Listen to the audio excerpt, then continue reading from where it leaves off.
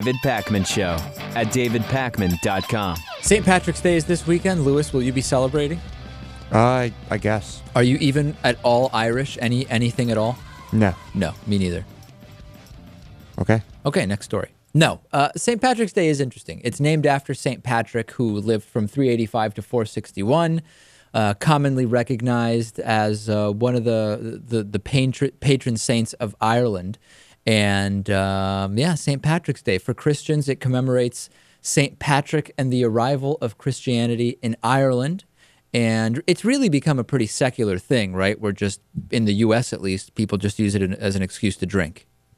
Pretty much, yeah. That's all it's become in this country. I was thinking it's kind of interesting how right now, like, there's a big St. Patrick's Day parade in our area, and there's a number of big St. Patrick's Day parades.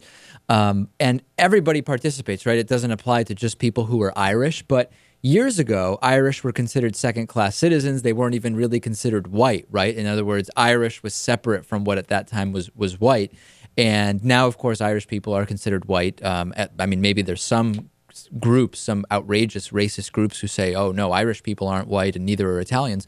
But now the Puerto Rican Day Parade seems to be the one that the racists are annoyed by. In the past, you used to have anti-Irish racism, and now it seems to be the Puerto Rican Day Parade. People are annoyed by that, and that one hasn't gone as mainstream as the St. Patrick's Day Parade. Well, Puerto Rico is the United States. Yes, well, that's very true, but you know that racism and xenophobia knows no logic, no logic nor political boundaries, for sure. Right. Natan, do you think that St. Patrick's Day is at this point, what type of a holiday do you consider it? A drinking one.